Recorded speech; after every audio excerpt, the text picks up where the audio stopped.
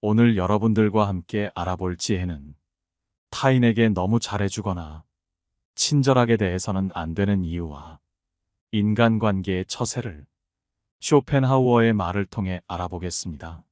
타인에게 너무 잘해주거나 친절하게 대하지 마라. 나의 호의가 바른 사람에게 전해진다면 기쁨으로 돌아올 수도 있지만 대부분의 사람들은 나를 무시하고 그저 이용해 먹기 좋은 사람으로 볼 수 있다. 개인적인 비밀을 사람들 앞에 드러내지 마라.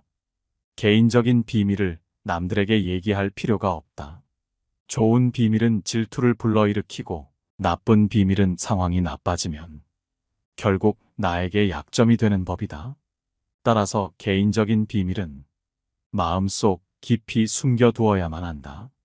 아무리 친한 친구에게도 객관적인 자기 모습만 보여주는 것이 좋다. 주관적으로 바라보면 친구도 결국 남이기 때문이다.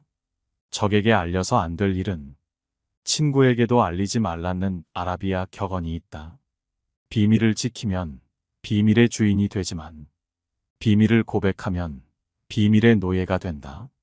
그리고 평화의 열매는 결국 침묵의 나무에서 열리는 법이다. 말이 많으면 말 실수가 느는 법이다. 과묵함은 처세의 근본이란 사실을 우리는 결코 잊지 말아야 한다. 자신의 재능을 과시하지 마라. 자기 재능을 크게 과시하는 것처럼 어리석은 사람은 없다. 재능이 뛰어난 사람이 가장 먼저 해야 할 일은 가진 재능을 감추는 위장 가면을 쓰는 일이다. 재능이란 과시하는 순간 공격의 대상이 된다. 어떤 방식으로든 과시를 해서는 안 된다. 상대방에게 나의 월등함을 과시하게 된다면 격렬한 열등감과 분노심을 일으키게 된다. 상대방은 결국 나에게 복수심을 품고 모욕을 주어 안갚음을 하고 싶어 하기 마련이다. 사람은 본디 자신과 비슷하거나 자신보다 열등한 사람과 있을 때 가장 큰 편안함을 느낀다는 사실을 잊지 말라. 어릴 때 친했던 친구들과 시간이 지날수록 멀어지는 이유도 이와 비슷하다. 오랜 시간 자신만의 삶을 살며 어릴 때의 친구들과 비슷한 부분이 사라졌기 때문에 점점 멀어질 수밖에 없는 것이다. 그러니 나의 안전을 위해 나의 뛰어난 점을 너무 드러내지 말고 재능을 드러내야 할 때와 숨겨야 할 때를 구분하여 다른 사람을 안심시켜라. 자신이 어떤 슬픔을 겪고 있는지에 대해 말하지 마라. 슬픔은 공유해서 좋을 것이 없다. 기쁨은 좋은 사람들과 나눌 수가 있지만 슬픔은 아무리 좋은 사람이더라도 부정적인 감정으로 물들게 한다. 나의 슬픔을 위로해주지 않는다고 그 사람을 비난하지 마라. 타인 혹은 세상에 절대로 많은 것을 기대해서는 안 된다. 아무리 친해도 결국 타인인 다른 사람에게서 무엇을 더 얻으려 하는가. 결국 인간은 누구나 혼자다. 중요한 것은 혼자 있을 때 그가 어떤 사람인가 하는 것이다. 모든 것에 있어서 결국 인간은 자기 자신에게서 구해야 한다. 약간의 근심, 고통, 고난은 항시 누구에게나 필요한 것이다. 바닥짐을 씻지 않은 배는 안전하지 못하여 곧장 갈 수 없으리라. 결국 인간의 행복과 불행은 무엇으로 자신의 마음을 가득 채우느냐에 달려 있다. 슬퍼하고 좌절하며 인생을 낭비하지 마라. 우리의 슬픔은 대부분 다른 사람들과의 관계에서 비롯되므로 혼자가 되는 것에 익숙해져야 한다. 상대의 생각이나 의견에 반박하지 마라. 다른 사람이 나를 바라보는 시선과 내가 스스로를 바라보는 시각은 틀릴 수 있다. 이러한 불균형 때문에 우리는 자주 고통에 직면하게 된다. 다른 사람과의 관계 속에서 서로를 이해하지 못하거나 오해가 생길 때 우리는 서로를 미워하거나 증오하면서 정신적인 상처를 주고받게 된다. 정반박을 해야 할 때는 반박을 하기에 앞서 그가 그렇게 생각하는 이유가 자신의 이익 때문인지 혹은 어리석음 때문인지를 먼저 간파해야 한다. 우리가 대화를 나누다 보면 나와 반대되는 얘기를 듣거나 가치관이 다른 얘기를 들을 수밖에 없다. 이럴 때 즉시 반박하는 것은 좋지 않다. 왜냐하면 상대가 다른 사람의 말을 듣지 않는 고집불통인 성격일 수도 있지만 그가 당신의 의중을 떠보기 위해서 일부러 반대되는 의견을 내놓는 것일 수 있다. 전자의 경우에는 웃고 넘겨버리면 그만이지만 후자의 경우에는 그 속에 감추고 있는 위험에 대비해야 한다. 건전한 논쟁은 좋은 일이다. 하지만 건전한 이유가 아닌 그저 당신의 속마음을 알아내려는 교활한 속셈을 가진 사람을 대할 때에는 경계심을 풀지 마라. 경계심이란 마음의 빗장을 단단히 걸어두는 것이 지혜롭다. 상대의 인격을 무시하는 말을 하지 마라. 비록 천하고 가련하며 비웃음을 받아 마땅한 사람이라 할지라도 그의 인격을 무시해서는 안 된다. 아무리 나쁜 인격자를 만난다 하더라도 그래, 세상에는 저런 존재도 필요하지 라고 생각해야만 한다. 오히려 모든 사람들의 인격 속에 존재하는 영원성이나 불멸성을 찾는 것이 필요하다. 모든 사람의 천성은 결코 쉽게 변하지 않는다. 지나치게 관대하고 다정하면 상대방은 무례해진다. 인간은 자신을 찬양하는 사람보다 자신을 경멸하는 사람에게 더 신경을 쓴다. 사람들이 한평생 수많은 위험을 무릅쓰고 땀 흘려 노력하는 원인은 무엇보다도 남들에게 인정을 받기 위해서다. 그렇기 때문에 사람을 인정하는 말을 해야만 하고 목에 칼이 들어와도 남을 무시하는 말을 하면 안 된다. 인격을 무시하는 공격적인 성향은 언제나 비이성적인 말을 동반한다. 환경이 변하면 이해관계도 변하기 때문에 상대방의 태도나 행위도 달라질 수 있음을 명심해야 한다. 말이나 표정으로 부정적인 감정을 드러내는 것은 무익하고 위험하며 우스꽝스럽고 어리석은 일이다. 인간이란 모두가 똑같다. 그들은 칭찬을 받으면 비록 사탕발림이라는 걸 뻔히 알면서도 흐뭇해한다. 인간의 이런 특성은 이해하기 어려울 만큼 어리석고 무의미하다. 나의 걱정을 남에게 말하지 말라. 당신이 직면한 문제를 절대로 남에게 말하지 마라. 일할은 신경조차 쓰지 않을 것이고 구할의 사람들은 당신이 문제에 처했다는 사실에 몹시 기뻐할 것이다. 언제 닥칠지 모르는 사건 때문에 마음의 평화를 잃는 일은 없어야 한다. 이를테면 우리는 불행한 일이 절대로 일어나지 않을 것이라거나 적어도 지금 당장은 일어나지 않을 것이라고 생각할 필요가 있다. 걱정에 대한 상상력을 억제하라. 걱정은 한번 시작하면 좀처럼 걷잡을 수 없게 된다. 거센 폭풍의 기운에 휩쓸린 것처럼 제멋대로 자라는 것이 걱정의 특징이다. 걱정에 대한 상상력은 모래성과도 같다. 우리는 걱정으로 모래성을 쌓지 않도록 반드시 경계해야 한다. 걱정의 모래성은 많은 열정만을 낭비할 뿐이다. 걱정으로 세운 건물은 단 한 번의 한숨으로 무너져 내릴 만큼 허망하다. 그러나 무엇보다도 주의해야 하는 것은 불행을 상상하면서 걱정하는 일이다. 바로 눈앞에 불행이 닥치기 전에는 미리 걱정하지 않는 것, 그것이 지혜로운 자의 행동이다. 인간은 누구나 홀로 있지 않을 수 없다. 결국 인간의 행복은 얼마나 홀로 잘 견딜 수 있는가에 달려 있다. 남들이 뭐라고 생각할까? 늘 이런 생각에 사로잡혀 사는 사람은 노예일 뿐이다. 노예는 늘 주인의 눈치를 살피고 주인의 명령을 따라야만 한다. 하기 싫은 일이 있을지라도 그것을 따라야 한다. 결코 노예로 살아서는 안 된다. 정신적으로 풍요로운 사람은 완전한 고독 속에서도 자기 자신의 사유와 상상을 통해 탁월한 즐거움을 누린다. 행복과 세상의 본질은 무엇일까? 인간 세상 어디를 살펴보더라도 그렇게 대단한 것을 얻기는 어려운 일이다. 세상에는 고난과 고통이 넘쳐 흐르고 있고 인생은 고통인 것이다. 이러한 상황에서 우리를 직간접적으로 행복하게 해주는 것은 다름 아닌 내 자신의 마음이다. 마음의 명랑함이 무엇보다 중요하다. 인간을 불안하게 만드는 것은 대상이 아닌 대상에 대한 의견이다. 행복이란 외부 어디에도 없고 자기 자신이 그렇게 느끼기에 행복한 것이다. 행복하게 살아간다는 것은 불행하지 않게 견디며 살아가는 것이다. 행복은 쾌활함의 정도에 비례해서 커지고 쾌활함은 육체와 정신적인 건강에 좌우된다. 건강한 거지가 병든 왕자보다 더 행복하다. 행복은 쾌활함의 정도에 비례해서 커지고 쾌활함은 육체와 정신적인 건강에 좌우된다. 나무가 튼튼해지기 위해서는 바람이 필요하듯 인간이 건강해지기 위해서는 운동이 필요하다. 최상의 보물은 명랑한 표정과 쾌활한 마음이다. 행복의 90%는 건강에 달려 있다.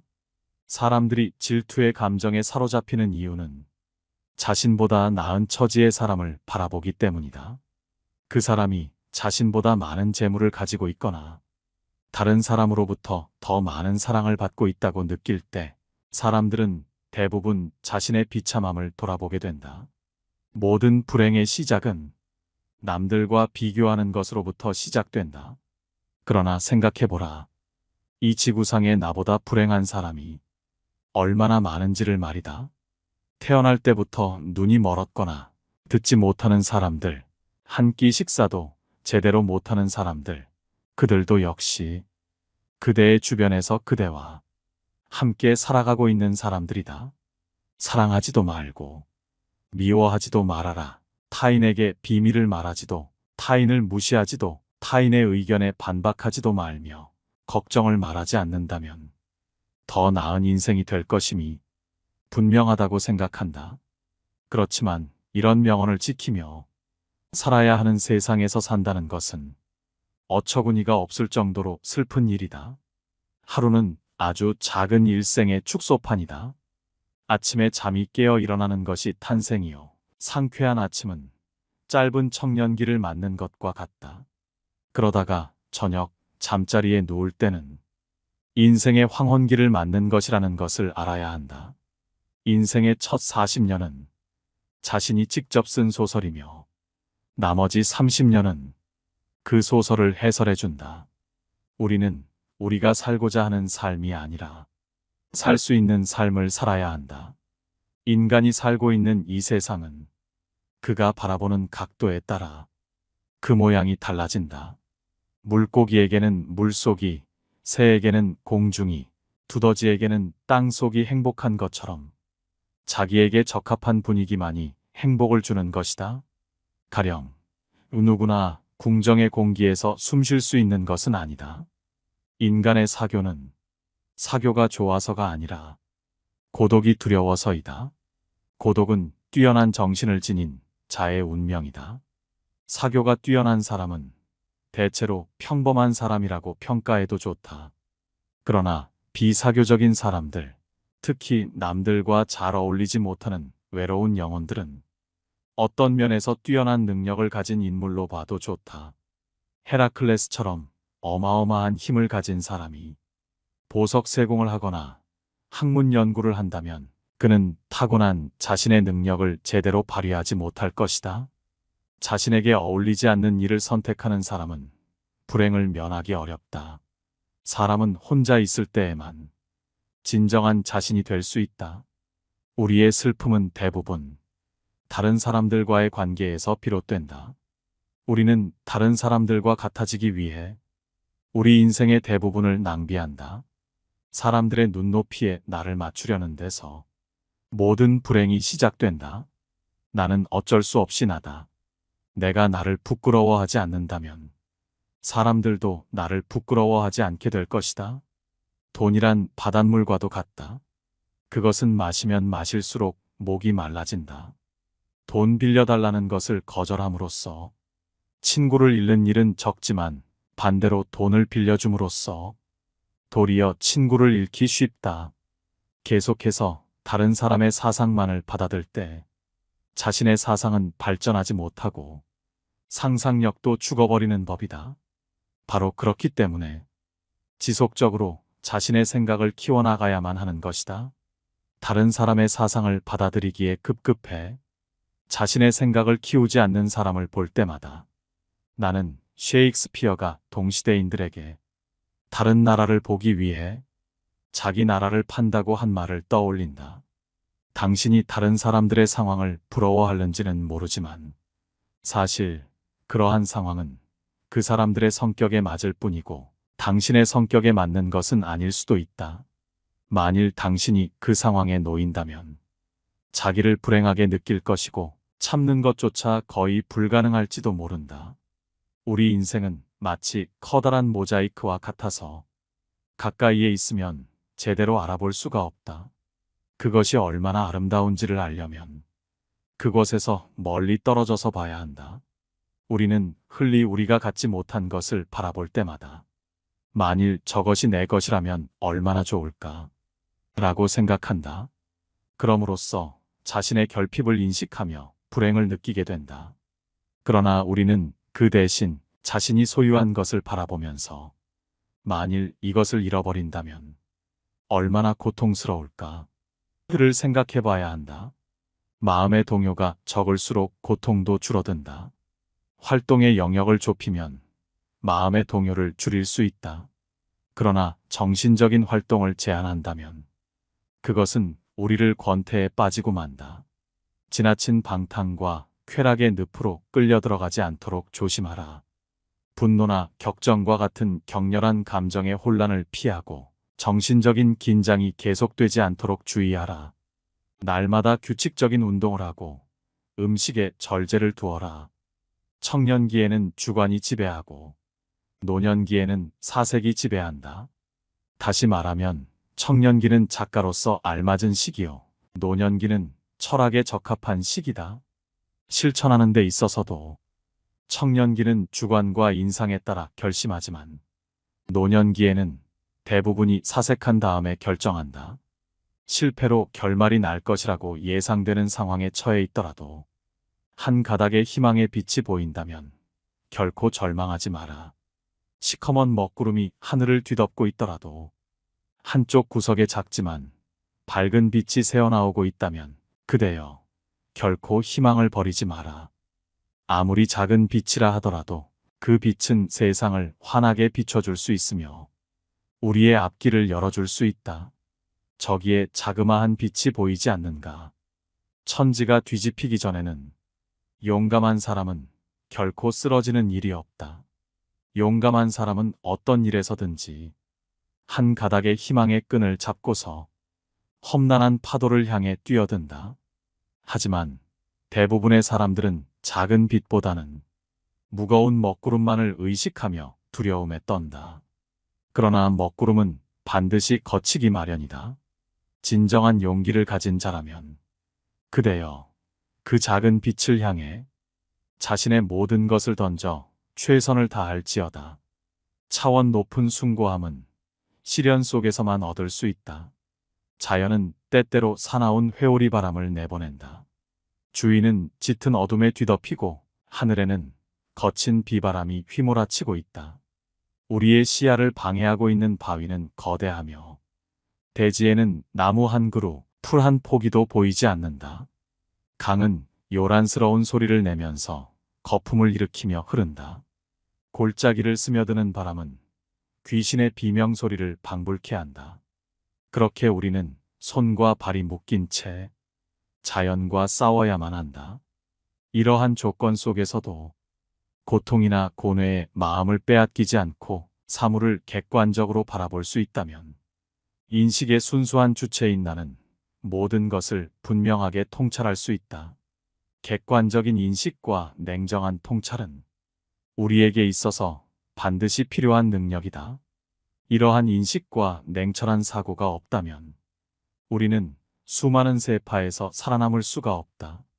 무모함과 거침에서 벗어날 수 있는 길은 논리적이며 이성적인 사고뿐이다. 지금까지 쇼펜하우어의 인간관계 지혜들이었습니다. 이 지혜들이 도움이 되셨나요? 깨달음의 광장을 시청해 주셔서 감사합니다.